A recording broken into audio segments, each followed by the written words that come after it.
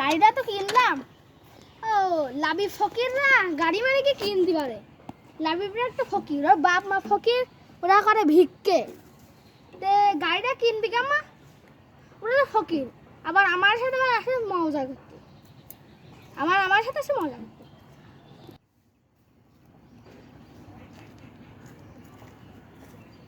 ফকির আসে না, ও তো আমার গাড়ির দিক নুন দিবি নি। এই লাভি বাস মনে হয় এমন ভাবে আসে, আমার কাছে মনে টাকা হলো তিনটা আসে। তাহলে আমি এনে বসে থাকি, ও আসুক, কয়টা করতে হবো। তো গাড়ির দাম নেস কত রে? আমার গাড়ির দাম নেছে শুনবা ওই 200-300। 200-300?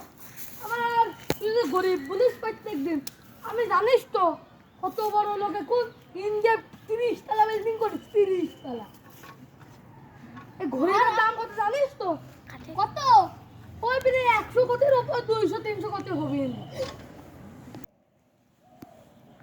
বুঝলি, আমি এখন এই দেশের খুব বড় লোক। গাড়ি মনে কর গাড়ি আমার বাড়ি মানে কত তালা আছে, ইন্ডিয়ার বড় লোক। আমি কেমন হলাম জানিস তো? কেমন ভাই?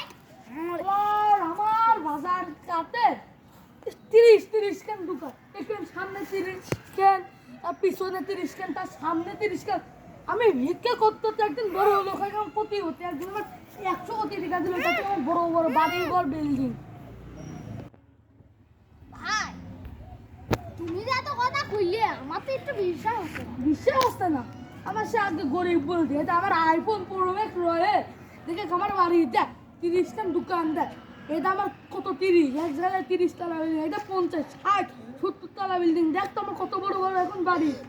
ভাই একটা কথা বুঝলাম, তুমি শহরে থাকো, তুমি ইন্ডিয়ায় থাকো, তুমি এতদিন পর বাংলাদেশের ফকিরের মানুষের কাছে গেলে।